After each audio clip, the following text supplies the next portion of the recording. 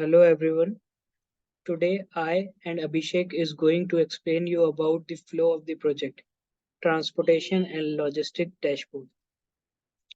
So I am going to explain you about the Microsoft Azure, basically the ADF part, Azure Data Factory.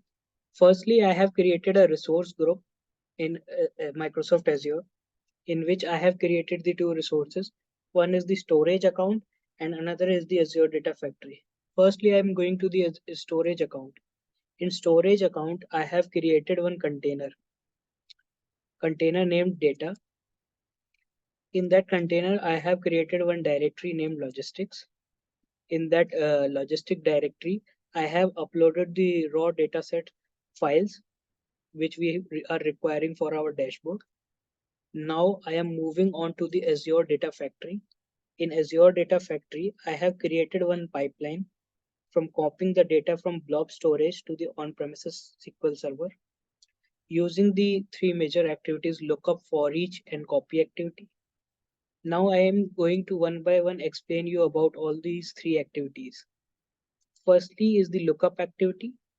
In lookup activity is used to retrieve data from various data sources such as SQL Server Management Studio, SSMS, or from Azure Data Lake Storage or Blob Storage from various data sources.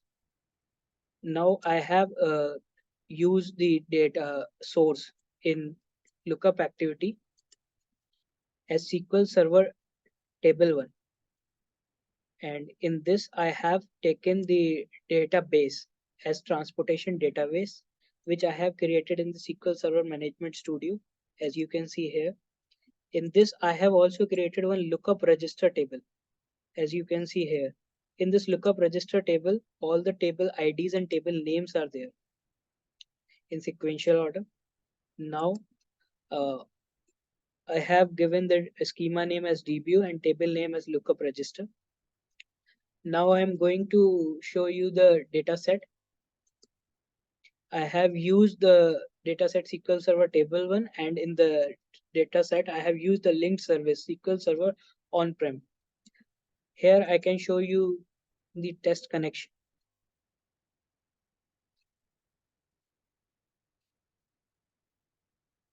So it's showing the connection is successful.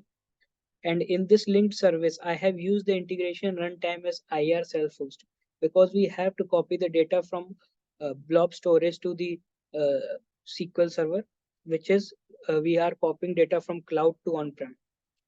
Or in vice versa case, also we can use IR self-host. Here I have given the schema name and the table name dynamically. Now moving on to the for each activity. For each activity is used to continue performing some activity until its termination. So in for each activity, I have used copy data activity. So in copy data activity, I have provided a source and the sink. So in source, I have used the source dataset delimited txt1. Now I'm going to show you the dataset, and the linked service I used here is Azure Blob Storage. So here you can see the test connection. The connection is successful. And here I have given the file path as data as the container, logistic as the directory, and file name I have given taken as dynamically because there are multiple files in our dataset. So now moving on to the sink. So here you can see for the sink, I have used the SQL Server Table 1 dataset. Here you can also preview the data for the lookup register table,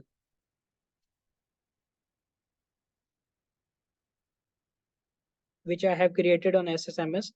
You can also preview that on Microsoft Azure Data Factory.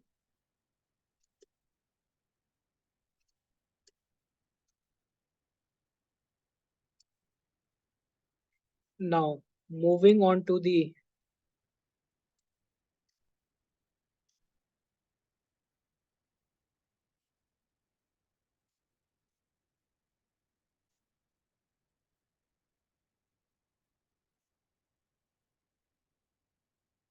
this sync part, I have given the data. I have used the database as transportation database, schema as STG, which is the staging layer, and the table name I have given dynamically.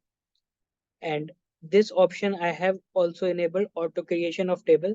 So by that, I can create the tables in staging layer in sequential order. As you can see here, all the tables are created because I have already debugged this pipeline. Now I can only validate and show you. After validating, it's showing that your pipeline has been validated, no errors found. Now, in SSMS, we have used certain stored procedures to convert this raw data set from staging layer to the DBO layer, which is the transformed data set. From now onwards, my friend Abhishek is going to carry forward this presentation. Abhishek, over to you. Yeah, thank you, Mani. Uh, Now you can stop sharing your screen. Now I will share my screen. Okay.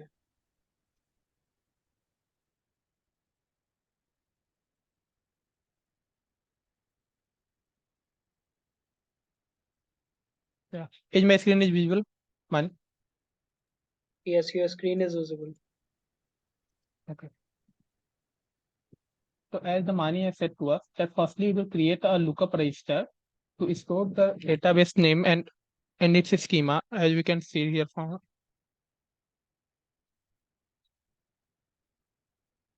This is a table ID and this is a table name that we will store into the lookup procedure.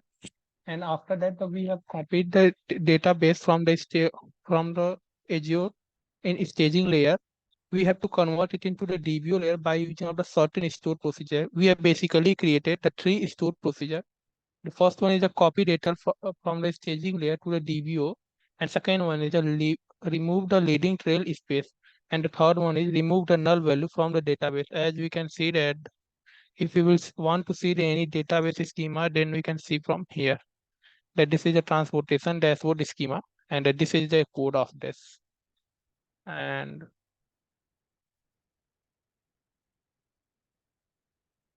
this one is only in the SQL part. And now moving towards the Power BI part, that this is the dashboard of our project. It contains basically the three main pages. The first one is the landing page, second one is the home dashboard, and third one is the root dashboard. Firstly, we will move to the data path. Now we are moving to the data view, and this one is the data view. Basically, we have created the 6 tables. For this, first one is the date to year, distance to law. These are the name of the tables, and as you will click on this, we can see that these are the tables. And now moving to the relations model view, we can see the relationship between these tables. This is the relationship between these tables. This is the one-to-one relationship between these tables. And on moving to the dashboard part, report view, basically we have created the three reports pages. First one is the logistic and transportation dashboard home page. This one is basically shows our project details, that what we have to do in the project. Basically, we have to track the shipment volume, delivery time, and transportation dashboard and cost. And in second part, we have to analyze the route optimization, fleet performance, and the driver productivity. And in the third part, we have to visualize the logistic KPIs such as on-time delivery rate, order accuracy, and the transportation rate. We have created two buttons. First one is for home dashboard, and second one is for the route dashboard. And we have also created the two buttons here. First one is for the landing dashboard and second one is for root dashboard. That is already the home dashboard, so we have not created button for home dashboard. Now from here we can select the driver's detail for the data transmission, and from the here we can select the material. From here we can select material, and wait a minute. And from here we can select the range of date, that on which date, how that how yeah. And this shows the overall the total distance covered. It shows the total weight delivered, and it shows the how much liter of the fuel consumption, and it shows the overall driver income. Now that this part shows that the number of routes, that how many number of routes that our transportation shipments works, and it shows the number of countries, that in how many countries that our transportation system works. It shows the driver productivity ratio out of 0 from 10, and now it shows the total transport weight by the total transport material. Basically, we have the four type of transport material. First one is the apparel, second one is food item, third one is the electronics, and fourth one is the industrial supply. It shows the fleet score out of 10, that is 8.13. We can also change here on the driver, according to the driver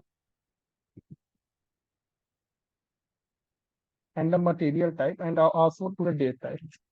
This was the overall delivery percentage, that how much goods are delivered on time delivery percentage, and this was the average of the order delivery accuracy. And this graph shows that the average of the route optimization score and the average of delivery time by the transport material. And this graph shows that the transport cost by the distance covered and the shipment volume. Now we will move to the route dashboard by using this button.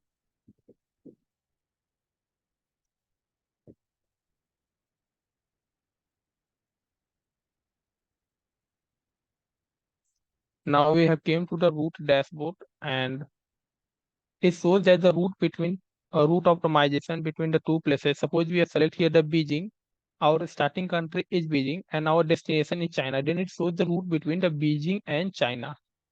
Okay, and if we will clear the statics,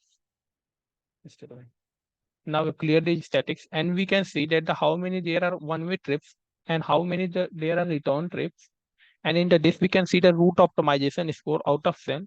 And here we can see that the how many distances that are close from to us and which are far from us. And from here we can select the date, a specific date amount, and here from we can select the month. These are the basic month which the data has been taken. This is the on-time delivery rate, order accuracy, and the fuel consumption ratio. And this is the average delivery day. What is the average delivery day for the product delivery? And now it shows that all the routes. Now it is a theoretical representation for the route, shipment volume, total weight, transportation cost, fuel consumption, distance covered, and the delivery time. Okay. Here we can see by the route Y, like the route 5, route 4, route 3, route 2, route 1. We can also change this. Now here from we can see that from a specific period of time, that how many shipment volumes are delivered, or the total weight delivered, or what the total transportation cost will be managed, and what is the fuel consumption, and what is the distance covered, or the delivery time taken. We can see here to the route wise. Okay. Now here is the end of our presentation. Thank you.